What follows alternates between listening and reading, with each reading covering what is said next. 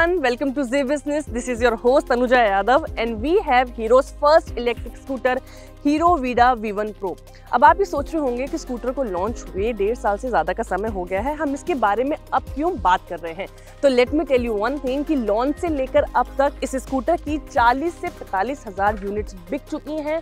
इस स्कूटर की जो कीमत है वो उसके राइवल से ज़्यादा है, उसके बाद भी लोग इसे काफ़ी पसंद कर रहे हैं। वजह कई सारी हो सकती हैं।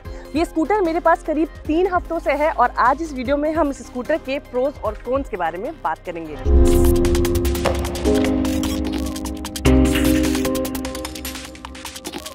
हीरो के वीडा V1 Pro को खरीदने की सबसे बड़ी वजह हो सकती है इसकी परफॉर्मेंस। इस स्कूटर में 3.9 किलोवाट आवर की लिथियम आयन बैटरी मिलती है जो कि IP67 रेटिंग से लेस है, यानी कि बारिश में भीगने में भी यहाँ कोई दिक्कत नहीं होगी।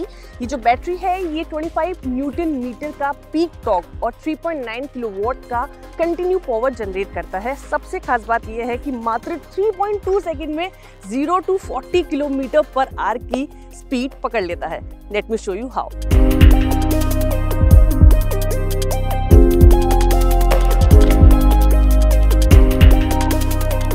अनदर प्रो पॉइंट इज कि स्कूटर का ग्राउंड क्लियरेंस काफी अच्छा है। कंपनी ने यहाँ पर 155 mm का ग्राउंड क्लियरेंस दिया है जो किसी भी इंडियन स्पीड ब्रेकर के स्टैंडर्ड के हिसाब से काफी ठीक है। मैं आपको बता दूं कि इंडियन रोड कांग्रेस का सुझाव है कि किसी भी सड़क पर एक स्पीड ब्रेकर की जो ऊंचाई है वो 100 मिलीमीटर होनी चाहिए और इसकी जो ग्राउंड क्लियरेंस है वो 155 mm है, विच इज वेरी गुड।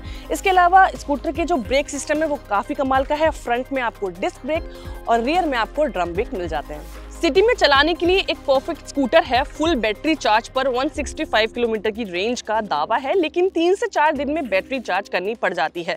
मेरे ऑफिस और घर के बीच करीब 6 किलोमीटर की डिस्टेंस है और एक बैटरी से इतनी डिस्टेंस आसानी से निकल जाती है। सबसे खास फीचर जो मुझे स्कूटर का लगा वो इसकी डिटैचेबल बैटरी। यहाँ पर 2 बैटरी मिलती हैं जिन्हें आप डिटैच करके चार्ज कर सकते हैं। अगर एक बैटरी खत्म हो जाती है तो दूसरी बैटरी से राइड कर सकती हूँ और दोनों ही बैटरी को घर पर आसानी से चार्ज कर सकती हूँ। आइए दिखाती हूँ कैसे।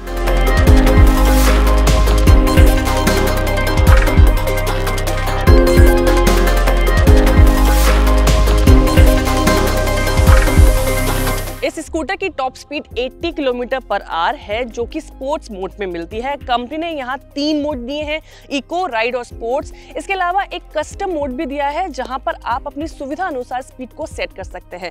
अलग अलग मोड पर अलग अलग टॉप स्पीड है। जब मैंने इस इलेक्ट्रिक स्कूटर को चलाया तो इको मोड पर मेरे को 45 किलोमीटर पर आवर तक की टॉप स्पीड मिली। राइड मोड पर 60 तक मैंने इसे दौड़ाया और स्पोर्ट्स मोड पर यहाँ आप 70 to 75 तक की स्पीड को पकड़ सकते हैं। ऑल्दो मैंने स्पोर्ट्स मोड पर यहाँ पर 65 किलोमीटर पर आवर की स्पीड से स्कूटर को दौड़ाया तो है। तो ये रही इसकी प्रोज की बात कर लेते हैं इसके कॉन्स की। तो सबसे बड़ा कॉन जो मुझे इस स्कूटर में लगा वो ये कि इसका स्टार्टिंग सिस्टम बहुत ज़्यादा सीमलेस नहीं है। जब मैं किसी इलेक्ट्रिक स्कूटर को खरीदने के लिए 1.5 लाख रुपए से ज़्यादा की अमाउंट दे रही हूँ तो मुझे लगता है कि उसका स्टार्टिंग सिस्टम काफ़ी सीमलेस होना चाहिए। कुछ वन टच स्टार्टिंग सिस्टम होना चाहिए जो इस स्कूटर में नहीं मिलता है। कैसे? स्कूटर को स्टार्ट करने के लिए पहले आपको ये बटन दबाना पड़ता है, उसके बाद ये बटन एक बार फिर दबाना पड़ता है, तब जाकर स्कूटर स्टार्ट होता है। तो ये तो रही स्कूटर को स्टार्ट करने की बात, लेकिन जब मोटर ऑन करनी होती है तो यहाँ लेफ्ट ब्रेक दबाकर आपको ये वाला बटन पुश करना होता है, तब जाकर इसकी मोटर ऑन होती है। तो ये मुझे कुछ ज़्यादा बहुत सीमलेस नहीं लगा। मुझे लगा कि और भी ज़्यादा इसे आसान हम कर सकते थे। जब हम किसी स्कूटर की बात करते हैं तो अक्सर लोग उसे शहर में चलाने के लिए ही खरीदते हैं, राइट।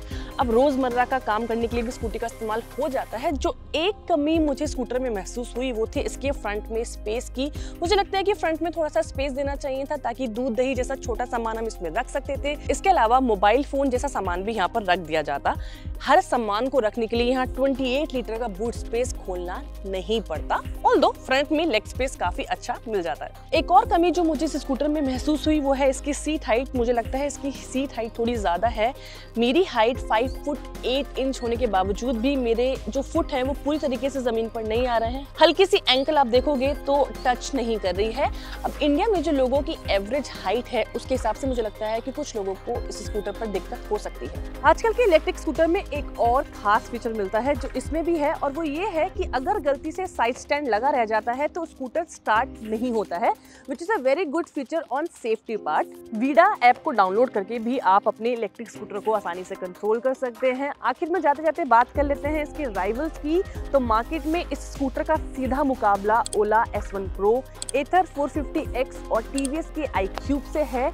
ये स्कूटर मेरे पास 3 हफ्ते रहा। 3 हफ्ते चलाने के बाद ये है मेरा रिव्यू। आपको ये वीडियो कैसी लगी हमें कमेंट बॉक्स में जरूर बताएं।